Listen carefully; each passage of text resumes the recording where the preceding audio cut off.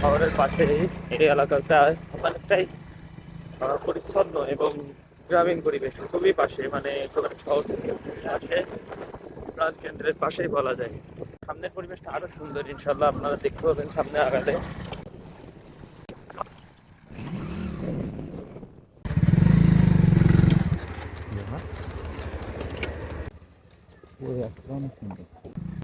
এই মুহূর্তে আমরা আছি মাছতলা ব্রিজের কাছাকাছি।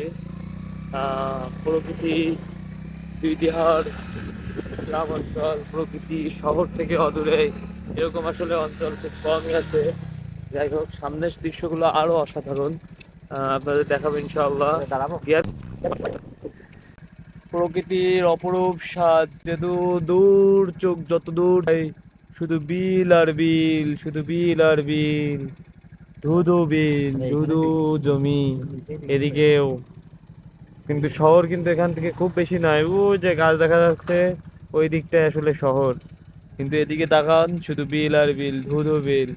প্রকৃতির এক অপরূপ সৌন্দর্য। আর এই শীতের শীতের রোদে, আফসা রোডে, এই যে আফসা আফসা রোদে, মানে এক অসাধারণ ফিলিং, এটা আসলে বলে বোঝানো যাবে না।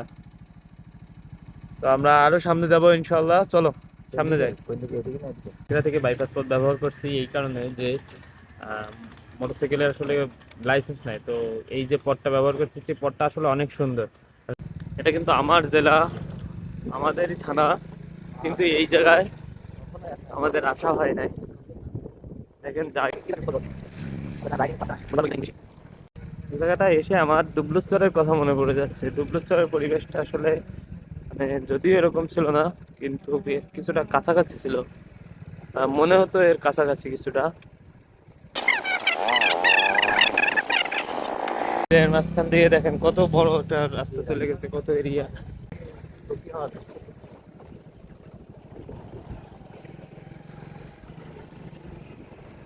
আমরা আমাদের বাসায় যাওয়ার জন্য একটা পথ বেছে নিলাম।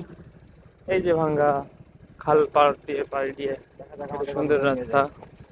যদিও পথ না চিনে আগাচ্ছি, তবুও এই যে ঘুরে বেড়াচ্ছি, এটাও শান্তি আসলে। যে এগুলোরও খুব বেশি দরকার আসলে জীবনে। মানুষের জীবন আসলে তুমি দাঁড়াও, পারবে, তুমি দাঁড়াও, দাঁড়াও দাঁড়াও, সাইডে দাঁড়াও, আমি চালাই।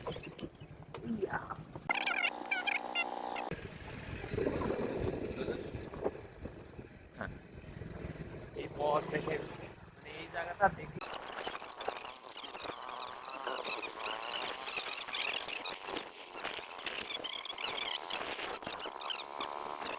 প্রকৃতির অদূর সৌন্দর্য। ওই যে দূর থেকে আগে এক সময় এই এই দিকগুলোতে আসলে ঘোড়ার গাড়ি, গরুর গাড়ি চলতো। এখন দেখেন একটু আধুনিক হয়েছে, এখন তারা ট্রলি চালাচ্ছে। যদিও পরিবেশটা দেখছেন অসাধারণ, মানে চারিদিকে ধু ধু বিল, যত দিক তাকাচ্ছে তত দিক সেই বিল। সেই কবিদের কথা মনে যায় যে তাকালেই ধু ধু ধান ক্ষেত, ধু ধু ধান ক্ষেত। আসলে কিছুদিন পরে এখানেই ধু ধু ধান খেতেই হবে। আপনি এখান থেকে আরো 2 মাস পরে আসবেন, এই যে ছোট ছোট ধানগুলা, এই ছোট ছোট ধানগুলা বড় হয়ে যাবে। তখন এই সেই কবিদের ভাষার মতনই এই অঞ্চলগুলো দেখা যাবে যে যতদূর চোখ যায়, ধু ধু ঘেত, ধু ধু বিল, ধু ধু ধান ক্ষেত। আমরা গুগল ম্যাপ দেখে চলতেছিলাম, গুগল ম্যাপ দেখতে দেখতে আমরা কিছুটা পথ ঘুরে ফেলছি। আমাদের আসলে যেতে হতো পিছনের যে ব্রিজটা দেখা যাচ্ছে ওই ব্রিজ দিয়ে, কিন্তু আমরা আসলে ঢুকে পড়ে, কিন্তু সামনে দেখছি আসলে পথ নাই। তাই আমরা ঘুরে আবার এই পাশের রাস্তা দিয়ে যাওয়া শুরু করব। এ হচ্ছে পাটকেলঘাটার সৌন্দর্য। পাটকেলঘাটার অঞ্চলের মধ্যে আসলে এরকম প্রাকৃতিক সৌন্দর্যের অঞ্চলে এই আসারনগর, আহ কি বলা যায়, হরিণখোলা, আসারনগর, এই বাদে আসলে এরকম ভাবে প্রকৃতির সাথে মিলবন্ধন আর কোথাও নাই। দিয়ে যখন যাচ্ছি, পাশে পুরো শস্য ক্ষেতের গন্ধে জায়গাটা পুরো ভরপুর হয়ে গেছে, শস্য ক্ষেত আর শস্য ক্ষেত।